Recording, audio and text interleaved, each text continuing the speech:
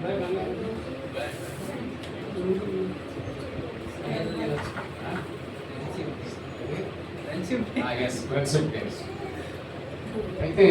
ఈ friendship day కాబట్టి ఈరోజు కొన్ని విషయాలు మాట్లాడాలి. ఎందుకంటే వచ్చే వారం మాట్లాడినా అంత వాల్యూ. మన ఫ్రెండ్స్ అందరూ మేబీ ఆ ఉద్దేశంతో ఫ్రెండ్స్ కలవడానికి నేను అనుకుంటున్నాను. సరే, ఏదైనప్పటికీ కూడా మనం ముందుకెళ్దాం.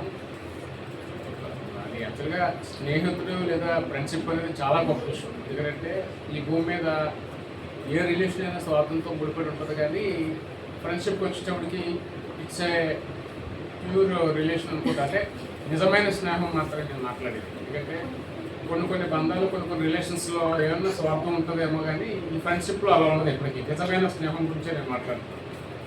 ఫ్రెండ్షిప్ కలిగి ఉండడం చెడ్డ కాదు, ఫ్రెండ్షిప్ లేకపోవడం అది ఒక మైనస్ కూడా కాదు. కానీ మన జీవితంలో ముందుకు వెళ్తున్నప్పుడు మన హృదయానుసారులు. అసలు ఫ్రెండ్షిప్ అంటే ఏంటి, మీరు ఏమనుకుంటున్నారు? ఫ్రెండ్షిప్ అంటే వాట్ ఈస్ ఫ్రెండ్షిప్? హృదయానుసారులు అంటే మనం అవతల వారితో హృదయరీత్యా కనెక్ట్ అవ్వాలి. మాటలతో కాదు, కానీ ఏదైనా వేరైనా పని ఉండి కాదు, కానీ ఏదైనా బిజినెస్ కాదు, కానీ ఏదైనా కొలిగ్గా ఉద్యోగం చేసే విధానం కాదు, కానీ హృదయం కనెక్ట్ అయితే దట్ మీన్స్ ఫ్రెండ్షిప్ అంటారు. Friendship should be friendship must be valuable but not in costly. అంటే ఫ్రెండ్షిప్ ఎలా ఉండాలంటే friendship must be valuable but not it should be valuable. అంటే కాస్ట్లీ, విలువైనదిగా ఉండాలి తప్ప అది ప్రియమైనదిగా ఖరీదైనదిగా ఉండకూడదు. చాలా సందర్భాల్లో ఖరీదైనవి మారిపోతుంటాయి. మీకు తెలుసు, చాలామంది ఫ్రెండ్స్ ఏదో ఒక ఒపీనియన్తో ఉన్నవాడైతే ఏదో విషయం చెప్పచ్చు, కానీ ఏ ఒపీనియన్ లేకుండా కొంతమంది ఉంటారు. అంటే ఎలాగంటే సరదాగా ఎక్కడికైనా మనం చిన్న కిట్టి పార్టీకో రోడ్డు మీదకి వెళ్ళినప్పుడు ఏం తింటారో చెప్పంటే నీ ఇష్టం. నాకు ఇది కావాలన్నవాడిని మనం ప్రత్యేకించి అది మనం అప్రిషియేట్ చేయొచ్చు, కానీ ఏది చెప్పకుండా నీ ఇష్టం అన్నవాడికి చాలా రేటు. అంటే వాడికి వాడి ఆశకు కానీ వాడి కోరిక కానీ అంతులేదు. నీ ఇష్టం అంటే ఇది కావాలన్నప్పుడైతే ఆయనకి అంతే కావాలి ఇక్కడ చెప్తారు, మనం ఇప్పిస్తాం, తింటాడు, అయిపోద్ది. కానీ ఏ ఒపీనియన్ లేకుండా ఇదే కదా చాలా విషయాల్లో నీ ఇష్టం, నీకు నచ్చినట్టు చెయ్యి అంటారు. సరే, వాడు గంభీరం తింటే మనం గంభీరం చేస్తాం. తెలిసిన తర్వాత వాస్తవం మీరు ప్రాంతం తెలియనుకున్నాను, కానీ గంభీరం ఇచ్చాడు, మనం ఏం చేస్తాం? సరే, అలా కాదు, నీ ఫ్రెండ్స్ నీ ఒపీనియన్ ఏది కాదని మళ్ళీ ప్రాంతం చెప్తాను. సార్ ఎవరికి చెందకుండా అది వేస్ట్ అయిపోతుంది.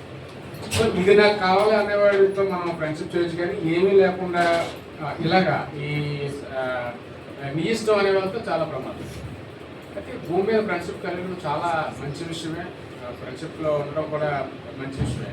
ఫ్రెండ్షిప్ అంటే అది హృదయానుసారంగా ఉండాలన్నమాట. అది అంతే తప్ప అది అవసరానికి వాడుకునే విధంగానో, లేదంటే మనకి ఏదైనా అవసరం ఉందని వాళ్ళు మనతో ఫ్రెండ్షిప్ చేసుకోవడానికి కాదు.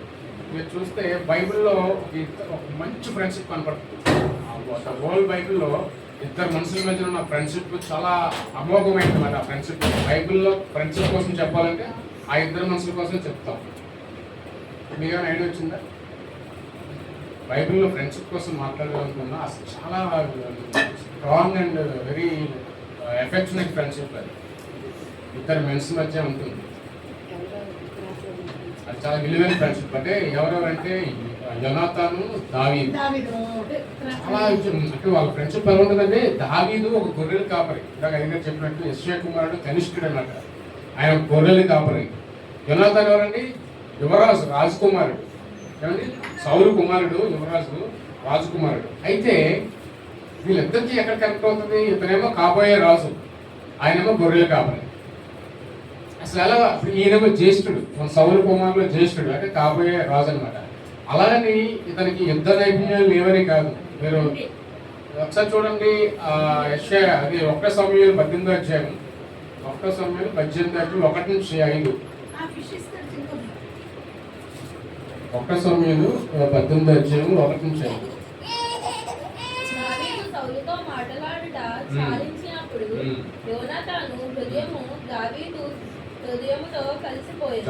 ఏమంటే ఇక్కడ యోనాతాను దావీదట హృదయము, యోనాతాను హృదయము దావీదు హృదయంతో కలిసిపోయాను. ఫ్రెండ్షిప్ చేయాలంటే ఏముండాలండి?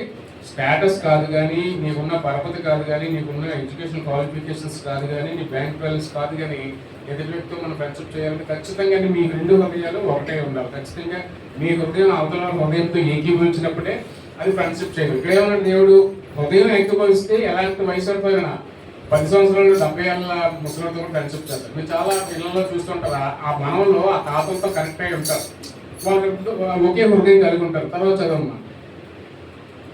యోనాతాను దావీదును తనకు ప్రాణ స్నేహితునిగా భావించుకొని అతన్ని ప్రేమించాడు. ఆ దినమున అతని తండ్రికి ఇంటికి తిరిగి అతన్ని వెళ్ళనీయక సౌలు అతనిని చేర్చుకొనెను.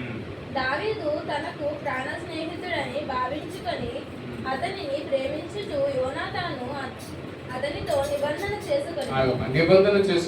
అండర్లైన్ చేసుకోవాలి. ఆయన ఒక జస్ట్ ఫ్రెండ్షిప్ మాత్రం చేయట్లేదు, కానీ ఆయన అనుకుంటే ఇతను నా ప్రాణ స్నేహితుడు అని చెప్పి ఆయన మైండ్లో లేదా ఆయన జీవితంలో ఒక నిబంధనలను పెట్టుకున్నాడు. ఒకసారి మనం నిబంధన చేసుకుంటే ఖచ్చితంగా జీవితం అంతా దాన్ని తిరిగిపోవన్నమాట. తర్వాత దుప్పటిని, తన కత్తిని, తన విల్లును, నడికట్టును తీసి దావీదునకు ఇచ్చాను. దావీదు సౌలు తనను పంపిన చోట్లకెళ్ళను పోయి సుబుద్ధి కలిగి పని చేసుకొని వచ్చాను కనుక సౌలు యూదుల మీద అతనిని నియమించాడు. జనులందరి దృష్టికి సౌలు సేవకుల దృష్టికి దావీదు అను కూలుడై ఉండేను. దావీదు ఫిలిష్తీయుని హతము చేశాను.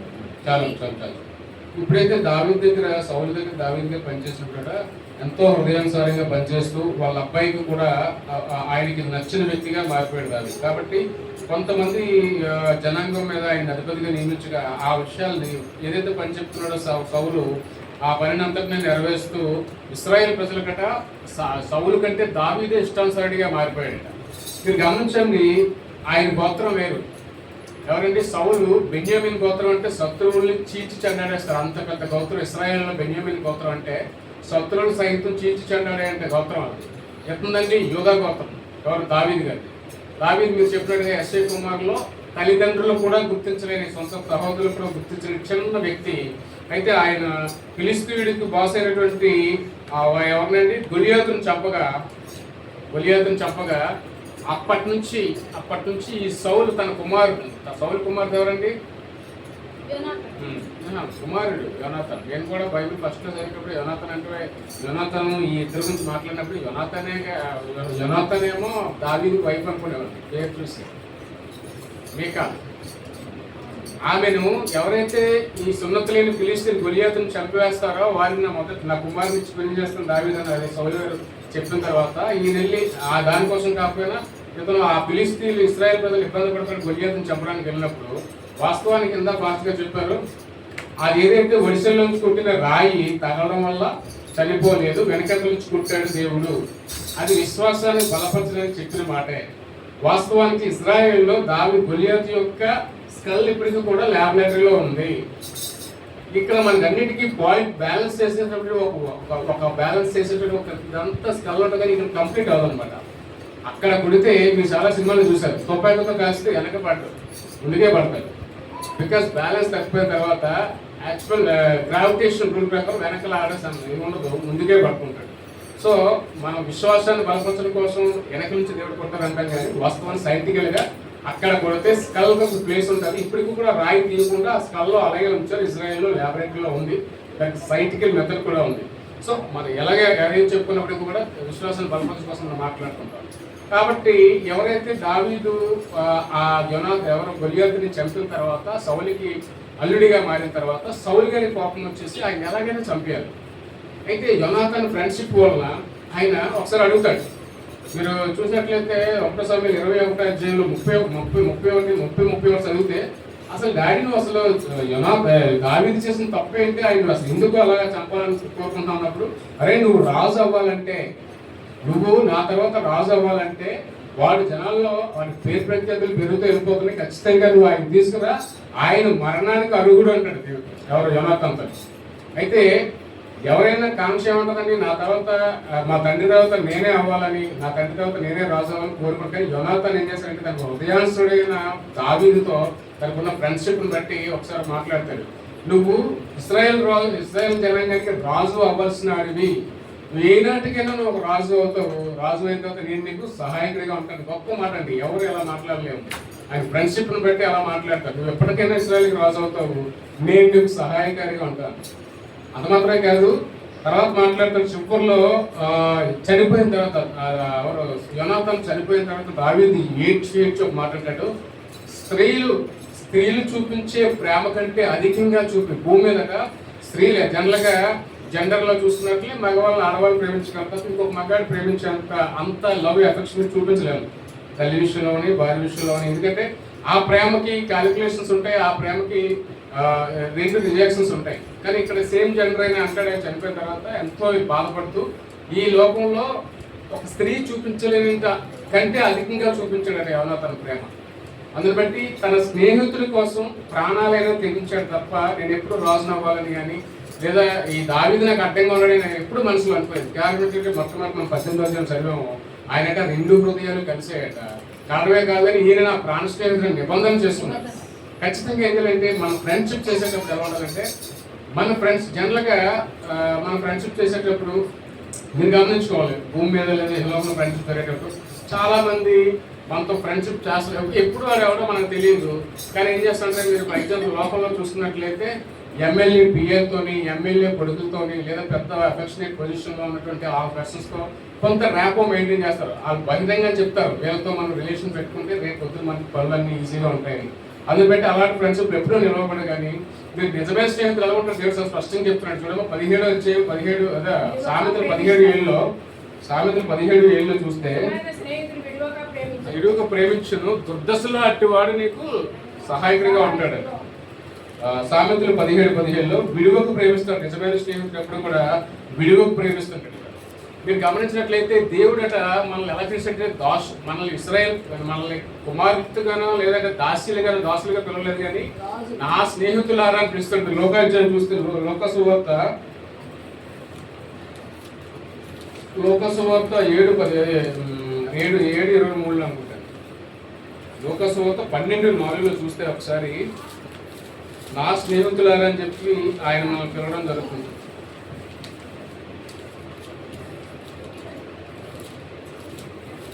మనం ఏ ఫ్రెండ్షిప్ చేసినప్పుడు కూడా దేవుడు మనల్ని సొంత ఫ్రెండ్షిప్ దేవుడు క్లియర్గా మాట్లాడుతున్నట్టు చదువు తీసామా 4. నా స్నేహితులైన మీతో నేను చెప్పినదేమనగా దేహమును చంపిన తరువాత మరేమీ చేయనేరని వారికి భయపడదు. చాలమ్మా, ఆయన ఎలా పిలుస్తున్నాడంటే మనల్ని నా స్నేహితులారా అంటే ఈ భూమి మీద ఎవరైనా సరే మన దగ్గర పనిచేసుకునే యజమానులు కానీ లేదా మన ఇంట్లో ఉన్నదంటే ఎవరైనా రిలేటివ్స్ కానీ నేను కోబుట్టులు కానీ ఎవరు కూడా అంత హృదయానుసారులుగా మీరు ఖచ్చితంగా బైబిల్లో ఖచ్చితమైన ఎగ్జాంపుల్ దావీదుకి యోనాతాను ఉన్నటువంటి ప్రేమ లేదంటే ఆ యొక్క ఫ్రెండ్షిప్ను మనం గమనించవచ్చు. ఆ ప్రేమలో స్వార్థం లేదు, ఆ ప్రేమలో ఏ రకమైన దోషం లేదు. అంత నిజమైనటువంటి ఫ్రెండ్షిప్ వాళ్ళు కలిగి ఉంటారు. విడువక ప్రేమిస్తాడటండి దుర్దశలో కూడా. అటువరకు కాకుండా దేవుడు మనల్ని స్నేహితుడిగా మాత్రం పిలుస్తున్నాడు. మీరు యాకోబు 2:23 చూస్తే అబ్రహామునట ఇతను నా హృదయానికి నా స్నేహితుడా అని పిలుస్తున్నాడు. అంత మాత్రం కాదు కానీ ఆయన నమ్మాడట. చూడమ్మా యాకోబు 2:23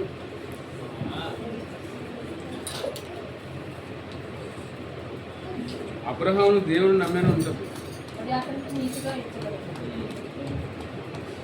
అబ్రహాము దేవుని నమ్మారు, అది నీతిగా అంచబడింది. ఎప్పుడైతే మనము ఖచ్చితమైనటువంటి అవగాహనతో ఉంటే దేవుని ఆరాధిస్తామో ఖచ్చితంగా నువ్వు ఆయన స్నేహితుడిగా మారిపోతావట.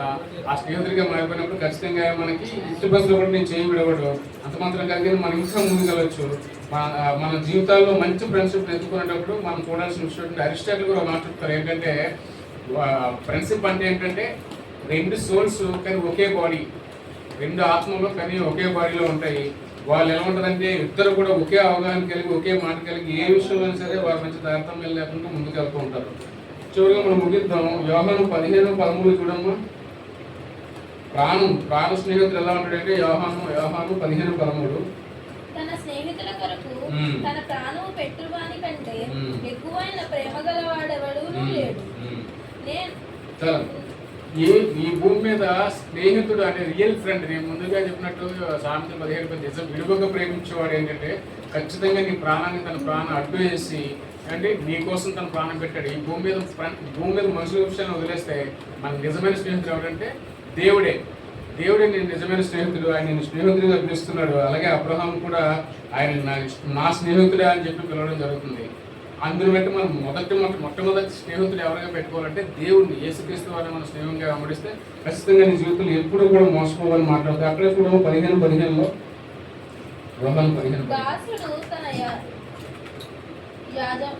దాసుడు తన యజమానుడు చేయుదానిని ఎరుగడు కనుక ఇక మిమ్మల్ని దాసులను పిలువక స్నేహితులని పిలుచుచున్నాను.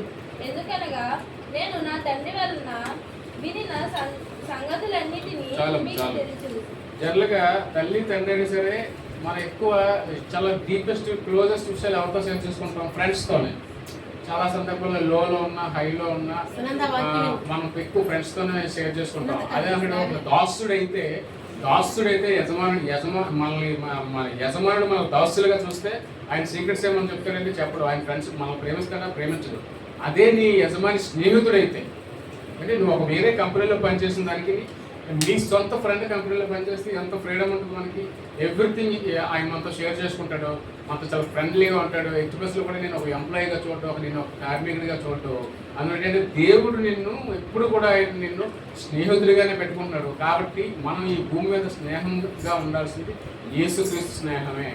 నేను ఒకటి చెప్పగలను, ఈ భూమి మీద తల్లిదండ్రులు మనల్ని ఈ భూమి మీద అత్యంత పోషించి ప్రేమించి అడిగిందల్లా ఇచ్చేవారు ఎవరండి? తల్లిదండ్రుల తర్వాత ఎవరు? దేవుడే. అఫ్కోర్స్ ఫ్రెండ్స్ కూడా ఉండొచ్చు, కానీ నేను చెప్తున్నాను నిజమైన ఫ్రెండ్ లేకపోతే ఆ ఫ్రెండ్స్ ఎక్కడైనా ముగించుకోవచ్చు. కానీ దేవుడే నీ ఫ్రెండ్ అయి ఉంటే తల్లిదండ్రులు ఎప్పుడు గతించిపోతారు? నువ్వు 40కి 50కి వచ్చాక తల్లిదండ్రులు ఉండరండి. ఎందుకంటే వాళ్ళ జనరేషన్, వాళ్ళ వయసు అయిపోయి వాళ్ళు నిద్రిస్తారు. కాబట్టి తర్వాత ఎవరు ఉంటారు? భార్య ఉంటుంది. భార్య భర్త ఒకేసారి చనిపోతారా?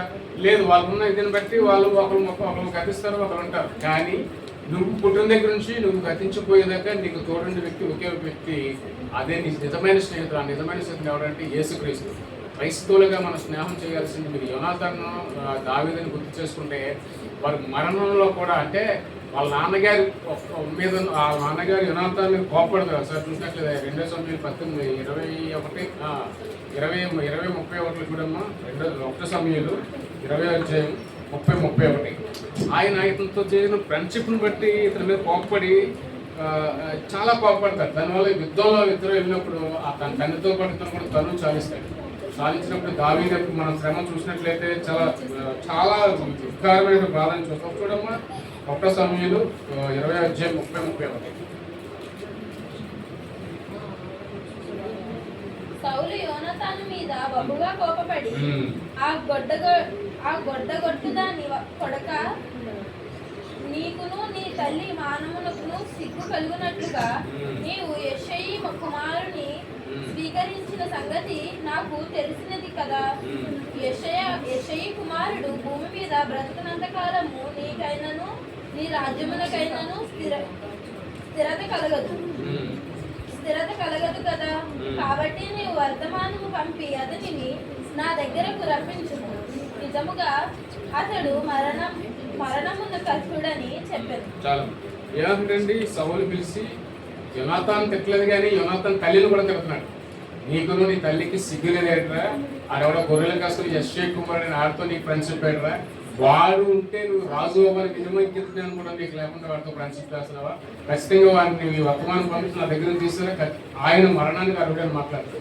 అయితే దేవుడు యోనాతాను ప్రేమించి దావీదుతో చేసిన నిబంధన బట్టి, యోనాతానుకు ఉన్న నిబంధన బట్టి ఆయన తర్వాత మనం చూసినట్లయితే, ఎందుకు డాడీ ఆయన అంతలా కోపడుతున్నాం, ఆయన ఏం చేశాడు, ఇశ్రాయేలు ప్రజలు మేలే చేశాడు కదని చెప్పి ఆయనతో వ్యతిరేకించి ఆ ఫ్రెండ్షిప్ని కాపాడడానికి మనం ఎంతో ప్రయత్నం చేస్తుంటాడు. అందువల్ల దేవుడు ఏంటంటే బైబిల్లో వాళ్ళిద్దరు ఉన్నటువంటి ఫ్రెండ్షిప్ని మనం జ్ఞాపకం చేసుకుంటూ, ఇద్దరు కూడా ఒకే సోల్స్, ఒకే థాట్స్, ఒకే ఒపీనియన్ కలిగి ఉంటే ఆ ఫ్రెండ్షిప్ ముందుకు వెళ్తుంది. ఖచ్చితంగా భూమి మీద ఎవరు మనతో ఫ్రెండ్షిప్ చేసినా చేయకపోయినా ఈ లోక స్నేహాలు ఎప్పటికైనా మారిపోవచ్చు, కానీ దేవుడితో స్నేహం ఎప్పటికీ మారబోదు. ఖచ్చితంగా మనం ముందుకు పోదాం, దేవుడితో స్నేహంగా ఉందాం.